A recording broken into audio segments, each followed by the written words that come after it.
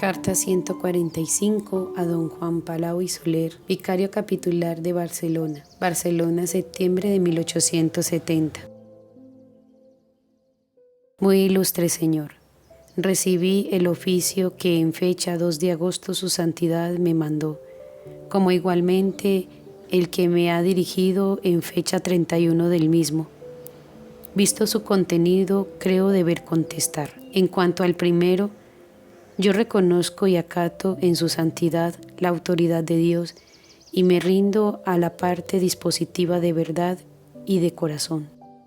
La parte penal comprende la destitución de todos los actos del ministerio sacerdotal, y esta suspensión es absoluta, para siempre y en todas las demás diócesis. Absoluta porque no fija tiempo, en todas partes, porque siendo yo, a juicio de su santidad criminal, rebelde y contumaz contra las leyes de Dios y de la Iglesia, no debo presumir ni esperar de su santidad letras comendaticias para las demás diócesis, y sin estas no debo ejercer función alguna sacerdotal en ninguna parte. Contiene un entredicho y suspensión también contra la capilla pública de esta comarca, porque retira y suspende todas las licencias, y una de estas es la que se refiere a dicha capilla. Muy ilustre señor, si bien es verdad, mi procurador me dijo podría celebrar, pero considerando lo grave de esta censura, me abstendré desde la fecha en que ésta y en las demás diócesis. Su santidad está en el derecho de suspenderme. La censura es por consiguiente válida y yo la acato y me sujeto a ella en todas sus partes. El ministerio eclesiástico, y al exonerarme su santidad de esta carga, no puedo menos de estarle supremamente agradecido. Sería una soberbia incalificable si de este lado tuviera la menor queja. Si el oficio a que me refiero contuviera una medida puramente gubernativa, guardaría humilde silencio al acatarla, pero no es así. Es una censura eclesiástica y el rayo se dirige a vengar un crimen grave de contumacia, una rebeldía contra las leyes de Dios y de la Iglesia. En esta parte siento no poderme ni deberme conformar. Me conformo a ser destituido de las funciones del sacerdocio, pero no a ser públicamente infamado. Creo que el honor es tan venerado en mi humilde persona como en el de cualquier otro. No pudiendo ni debiendo conformarme en la parte que el oficio contiene de criminal, he puesto la causa en camino que le fijan las leyes. Su santidad me ha juzgado y me ha impuesto una pena gravísima y no oído por un crimen que no existe. Un crimen no se reputa tal en el foro externo, sino cuando un tribunal competente lo ha declarado tal, siguiendo los trámites que marcan las leyes. Muy ilustre señor, todas las leyes divinas y humanas, civiles y eclesiásticas, anulan y anatemizan la condenación de una persona inoída. Esto su santidad lo sabe mejor que yo mismo. Cortemos esta cuestión porque ni Dios, ni los prójimos, ni yo, ni usted, ni la religión recibiremos provecho alguno. Déjeme su santidad en la situación en que yo estaba en la vida del prelado difunto y luego de restituida a mi estado normal, mándame lo que crea más útil al bien de la Iglesia. Yo daré a su santidad la obediencia que 20 años estoy dando a todos los prelados. En vida de estos he procurado regirme por las instrucciones que de viva voz y oficialmente me han comunicado.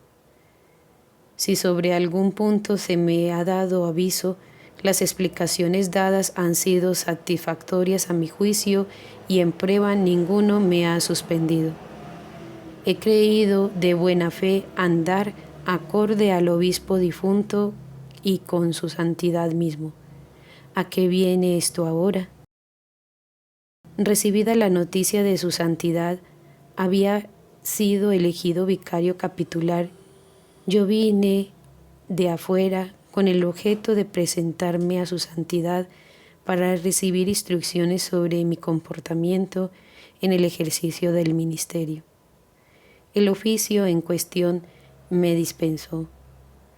En una sola palabra se contiene todo que es cesar de las funciones del sacerdocio.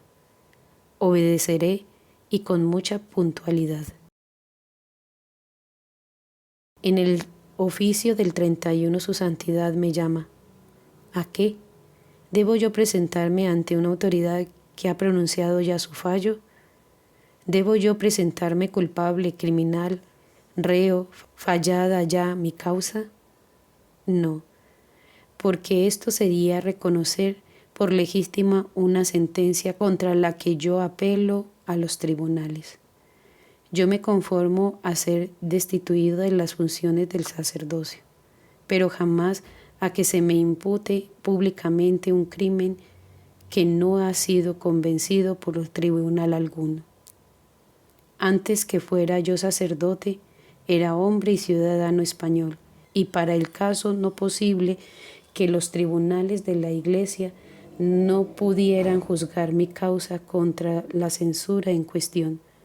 Son incuestionables mis derechos de ciudadano español ante las leyes y tribunales del Estado. Dios me preserve de tal tentación. Y si una chispa eléctrica comunica esta censura a la prensa, ¿qué será? Yo no daré tal publicidad, pero si contra mis precauciones alguien da noticia al vuelo, solo Dios sabe las consecuencias de este debate. En tal caso, tendré la satisfacción de no haberlo provocado. No habiendo su santidad reconocido en mi humilde persona mis derechos de ser oído en defensa antes de ser sentenciado, a mi juicio no hay más solución que esta. O bien su santidad deja las cosas en el estado en que estaban antes de la muerte del prelado difunto, o la causa ya fallada por su santidad sigue su curso ante los tribunales superiores a la acción de su santidad. Yo no puedo creer lo primero. Tengo al contrario motivos para persuadirme que me llama como reo ya juzgado, y bajo este concepto mi apoderado para ver si se puede evitar el que reviente esta cuestión ante el público que empieza ya a ocuparse de ella. Su santidad en el oficio del 2 de agosto hace referencia a amonestaciones dadas para contestarme en el camino de la ley por el prelado difunto. ¿Tiene su santidad algún expediente en que consten que yo he sido canónicamente juzgado y vencido por error o de alguna grave contumacia, como supone el referido oficio? No, ningún tribunal eclesiástico me ha juzgado jamás. ¿Dónde está pues el crimen que se castiga? La pena que su santidad me impone es de su naturaleza pública y supone un crimen grave, gravísimo, de contumacia probado ya, no probable, sino cierto, ya declarado tal por un juicio legal. Puesto que la pena es pública, yo quiero que mi crimen sea también publicado a voz de pregón, para que el público me ayude a implorar la misericordia de Dios para el perdón. Yo soy el solo interesado en conocer mis culpas para corregirlas. ¿Cómo las corregiré si las ignoro? Todas las cuestiones habidas con el obispo difunto se refieren al exorcistado. Sus disposiciones fueron varias veces modificadas. En cuanto a exorcismos, he conocido las leyes de la Iglesia que los reserva como actos públicos y solemnes a los ordinarios, y en prueba están las familias que yo he remitido a usted mismo en los casos que he creído había lugar. He ejercido, es verdad, este ministerio, pero ha sido en los casos en que he sido autorizado por el prelado difunto y por usted mismo. En cuanto a recibir enfermos y tenerlos en establecimiento, hay sin duda una idea equivocada. Este edificio es un hospital de Horta y no soy yo el encargado de recibir y curarles, sino que lo es la empresa. No está en mis manos recibirles o desecharles. En los casos que yo he recibido haber lugar, he remitido las familias a la autoridad. Últimamente, por lo que toca a doctrinas, el obispo difunto mandó modificar la forma que tenía el periódico El Ermitaño. Para cortar de una sola vez, contesté que retiraba mi nombre de la redacción, como así lo ejecuté, quedando responsable de los artículos en que este u otro impreso yo firmara. Yo me he opuesto y me opongo a un cuerpo de doctrinas referente al exorcistado que creo erróneas y fatalísimas al catolicismo. Contra ellas apelé en Roma al concilio, remitiendo una exposición a todos los prelados de lengua española. Yo puedo errar, pero diré con el gran Agustín, Eratus non erro, mientras me rinda humilde como lo hago al fallo de la Iglesia. Sobre el exorcistado nos dividimos en opiniones. ¿Acaso es un crimen, un error, una herejía opinar en aquello en que la Iglesia no ha pronunciado su fallo? Estas explicaciones serán suficientes para convencer a su santidad que durante 20 años de residencia en esta diócesis he procedido con pura y recta intención, y por lo mismo no debe procederse mientras haya una sombra de esperanza de sofocar estas cuestiones. Si a pesar de todo lo que a su santidad expongo, guardando como guardo el profundo respeto que me inspira la autoridad de que se haya revestido, se resuelve a presentarme ante el público como reo, culpable, rebelde y obstinado, fuera del camino que trazan las leyes de Dios y de su Iglesia, me conformaré, obedezco y obedeceré en lo que mira a la pena, pero no en lo criminal, porque no puedo ni debo conformar. Si su santidad me vuelve a la situación en que tenía antes de ser sacerdote, me conformo, pero no a ser públicamente infamado como hombre perverso. La instancia es una muerte política 1000 veces más horrible que la material. Dios me manda a salvar mi honor.